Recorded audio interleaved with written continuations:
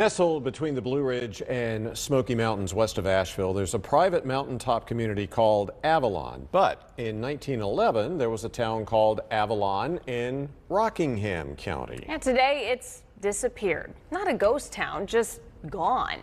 Fox 8's Michael Hennessy tells us why. It's home to bobcats, deer, even otters. Mayo River State Park.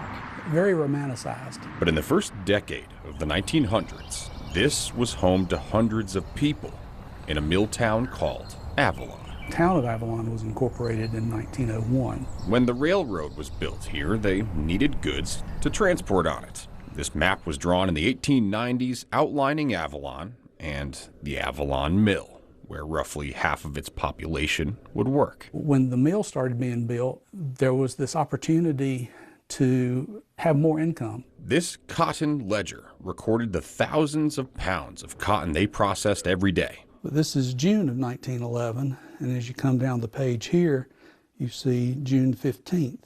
4,722 pounds. The final entry.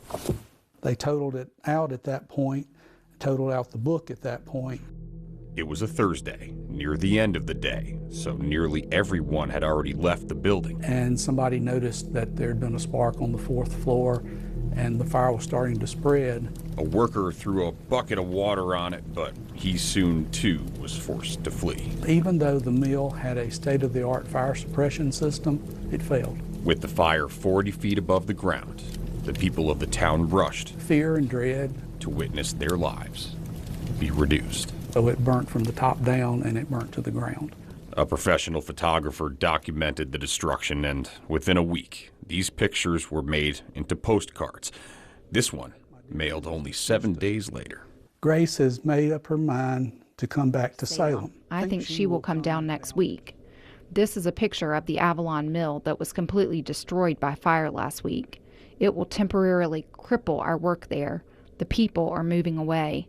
Within a mere couple years, everybody had left, many moving their families and homes to nearby Mayodan, where a previous mill had been built.